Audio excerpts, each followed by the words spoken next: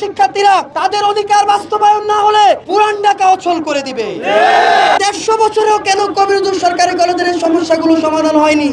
এর জবাব সরকারকে দিতে হবে, এর জবাব প্রশাসনকে দিতে হবে। আমরা পরিষ্কার ভাষায় 7টি দাবি ঘোষণা করেছিলাম। আপনারা জানেন যে কবি নজরুল সরকারি কলেজের একটি ছাত্রাবাস আছে, যেই ছাত্রাবাসের পরিবেশ এতটাই খারাপ, ওইখানে আমি নিজেরও ইনজুরিও শিকার হয়েছি এবং অনেক শিক্ষার্থী সেখানে ইতিমধ্যে আহত হয়েছে। সেটা সম্পূর্ণভাবে থাকার অনুপযোগী।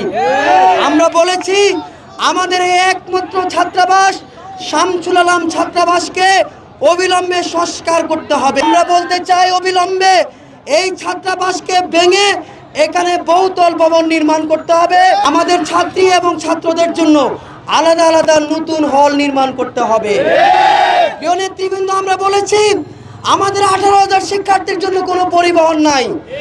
আমাদের 2টা মাত্র পরিবহন আছে, যেটা ভাড়ায় চালিত। আমরা বলতে চাই আমাদের নিজস্ব 2টা পরিবহন চাই এবং সেটা আগামী 7 দিনের মধ্যে এই পরিবহন সমস্যার সমাধান করতে হবে।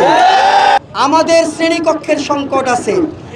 আমাদের প্রত্যেকটা শ্রেণীকক্ষ শিক্ষার্থীরা পর্যাপ্ত পরিমাণ ক্লাস করতে পারে না।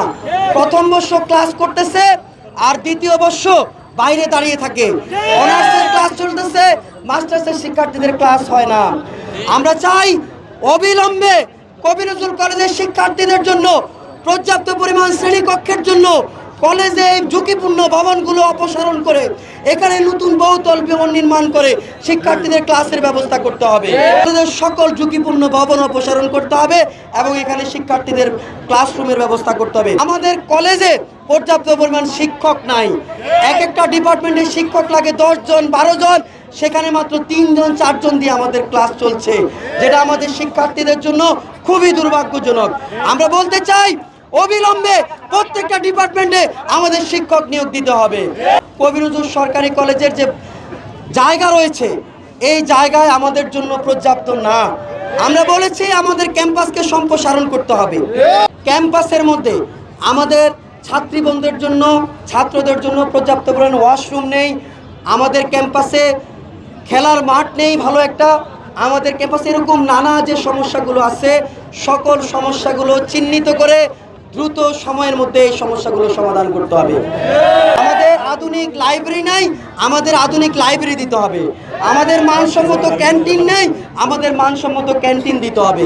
এই শিক্ষার্থীবৃন্দ, তীব্র গরমের মধ্যে আপনারা এখানে বসে আছেন শুধুমাত্র আপনাদের অধিকার আদায়ের জন্য। আমরা প্রশাসনকে বলতে চাই, আমরা শিক্ষা অধিদপ্তরকে বলতে চাই, আমরা সরকার প্রধানকে বলতে চাই, কবি নজরুল কলেজের শিক্ষার্থীরা সুশৃঙ্খল শিক্ষার্থী।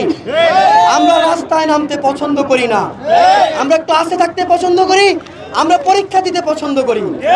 কিন্তু ক্লাস পরীক্ষা দিয়ে যদি আমাদেরকে বারবার রাস্তায় নামতে বাধ্য করেন, সেই রাস্তায় নামলে কিন্তু পুরান ঢাকা অচল হয়ে যাবে।